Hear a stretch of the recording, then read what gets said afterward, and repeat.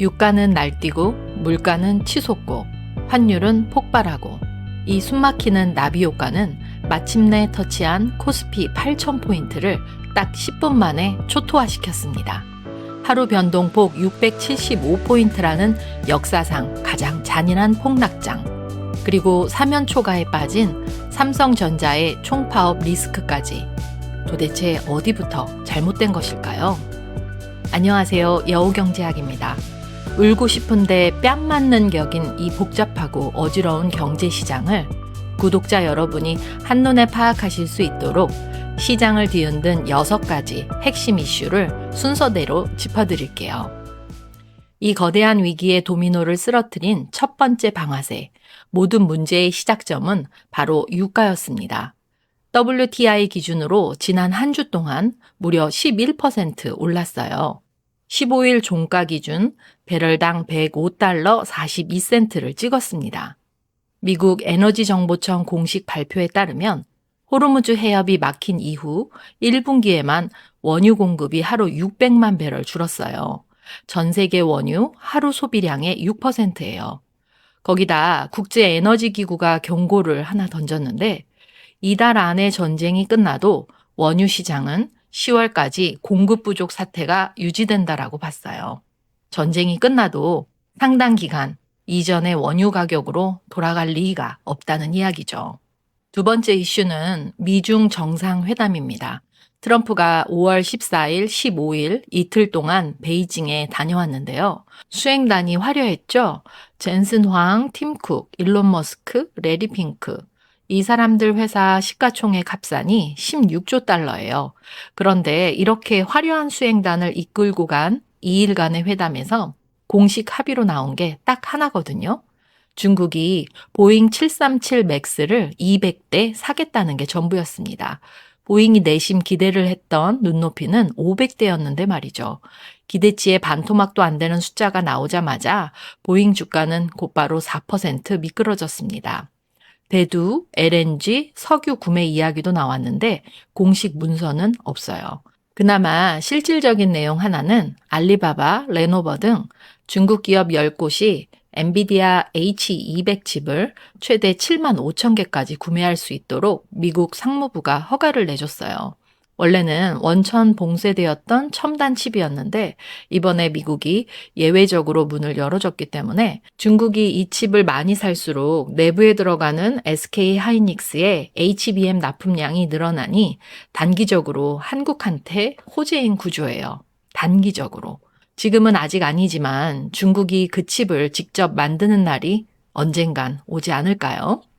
우리가 내부 성과급 문제로 집안 싸움을 벌이고 정부와 기업이 원팀으로 뛰어도 모자랄 판인데 현실은 정반대입니다. 실질적인 반도체 지원책은 차일피일 미뤄지는 반면 기업의 경영활동을 위축시키는 노란봉투법이 통과되고 법인세, 상속세마저 턱없이 높게 유지되고 있습니다. 이런 사면초가 상황에서 기업들이 과연 기술 혁신에 전념할 수 있을까요?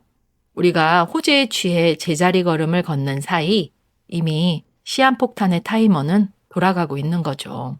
한국 입장에서 가장 직접적인 이슈는 세 번째, 미국 물가와 환율입니다. 이번에 발표된 미국 4월 CPI, 즉 소비자 물가 상승률은 전년 대비 3.8%입니다. 2023년 이후 최고치예요. 전월 대비로 봐도 한 달 만에 0.6%나 급등을 했고요. 중국 전쟁 여파로 기름값이 뛰니까 CPI 고삐가 아예 풀려버린 겁니다. 이 충격으로 미국인들의 실질 임금은 2023년 4월 이후 처음으로 마이너스로 돌아섰습니다. 월급이 오른 것보다 물가가 훨씬 더 많이 올라서 쓸 돈이 없어졌다는 거죠. 금리를 내리기는커녕 올릴 수 있다는 공포에 미국채 10년물 금리는 4.5%를 돌파했고 달러 인덱스 역시 99를 넘기며 괴물처럼 강해졌습니다. 미국 금리와 달러가 이렇게 날뛰는데 우리 원화가 버틸 재간이 없죠. 결국 바로 다음 날인 5월 16일 서울 외환시장에서 마지노선이 무너지면서 원달러 환율이 장중 1,500원을 넘어섰습니다. 네 번째 이슈는 코스피 8천 돌파, 그리고 역대 최대 폭락입니다. 사실 이번 주 코스피 급락은 갑자기 터진 게 아니에요. 이미 경고등은 켜져 있었거든요. 숫자로 보면 이렇게 됩니다. 코스피는 연초 대비 75%, 1년 전과 비교하면 188% 급등한 상태였어요. 이재명 정부 출범 이후 3천선에서 시작해서 2월에 6천, 5월 들어 7천을 돌파했고 그 속을 들여다보면 더 극단적이에요. 5월 6일 코스피가 6.45% 폭등한 날 상승 종목 수는 200개였고 하락 종목 수는 679개였어요. 삼성전자, SK 하이닉스 두 회사가 코스피 전체 시가총액의 49%를 차지하게 되면서 코스피 절반이 반도체 두 회사로 채워진 기형적인 구조가 된 거죠. 시가총액을 GDP로 나눈 버핏 지수는 215%를 넘겼어요. 통상 한국 시장에서 이 수치가 100만 넘어도 전형적인 과열 신호로 보거든요. 이게 얼마나 말도 안 되는 수치냐면 동학개미 운동으로 단군 이래 가장 뜨거웠던 2021년 코스피 3,300 시절 기억하시죠? 그때 한국의 버핏 지수가 고작 130%대였습니다. 평소 80% 안팎에서 놀던 한국 증시가 2021년 버블 정점 때에도 130이었는데 이번에 무려 215%를 찍은 겁니다. 우리 주식 역사상 유례가 없는 그야말로 전무후무한 초특급 버블이었던 거죠. 계속해서 오르기만 하는 주식은 없죠. 조정은 반드시 오고요.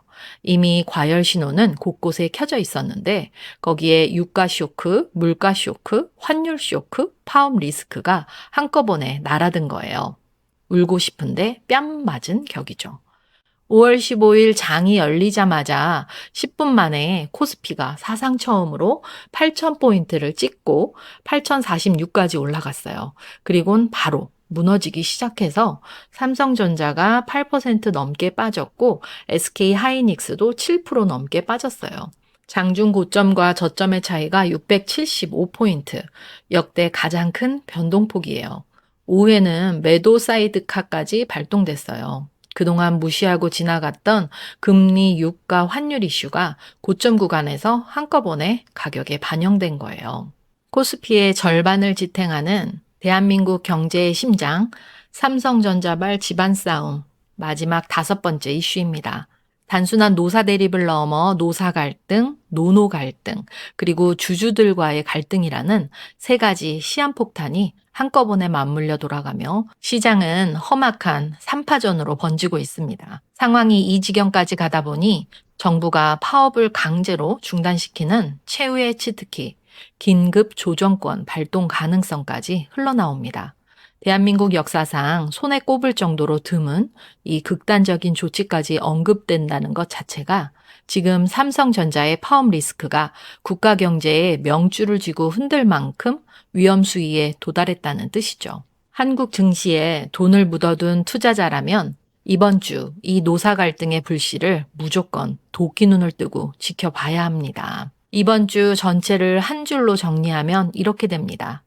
호르무즈가 막혀있는 한 유가는 안 떨어지고 유가가 안 떨어지면 미국 물가도 안 떨어지고 연준은 금리를 못 내리고 달러는 강해지고 원화는 약해져 환율 폭등이 일어날 수밖에 없다. 미중 회담이 이 고리를 끊을 수 있는 유일한 변수였는데 구체적인 결과가 없었으니까 시장은 실망을 했다. 이번 주는 호르무즈 협상 진행 상황과 5월 20일 엔비디아 실적 발표가 핵심 변수예요. 이 회사 실적 하나가 AI 반도체 전체 방향을 결정할 수 있어요. 잘 나오면 SK 하이닉스, HBM 수요 기대가 같이 올라가고 코스피 반도체가 다시 살아날 수도 있어요. 반대로 실망스러우면 지난주처럼 차익 실현 물량이 또 쏟아질 수 있고요. 반도체가 시장을 이만큼 끌어올린 지금 그것이 가격 조정이든 기간 조정이든 조정의 가능성을 열어두고 리스크 관리를 해야 할 시점인 것만은 분명해 보입니다. 이미 지난번 채널 커뮤니티 글에도 강조해드렸지만 지금처럼 안개가 자욱하게 낀 시장에서는 섣부르게 감정적으로 행동하기보다 한 발짝 물러서서 차분하게 다음 기회를 준비하는 것이 현명한 전략입니다. 시장에 100% 확신이란 건 존재하지 않습니다. 그렇기 때문에 저는 지금 외국인들의 매도로 코스피 대형주들이 조정을 받을 때 그 거대한 자금들이 과연 어디로 이동할지, 그 빈자리를 채울 다음 섹터들을 아주 보수적으로 면밀하게 공부하고 있습니다. 무리한 추격 매수보다는 살아남는 게 먼저고요. 시장에 의미 있는 시그널이나 데이터가 포착된다면 우리 구독자님들께 가장 먼저 분석해서 공유하러 오겠습니다. 지금까지 여우경제하겠습니다. 감사합니다.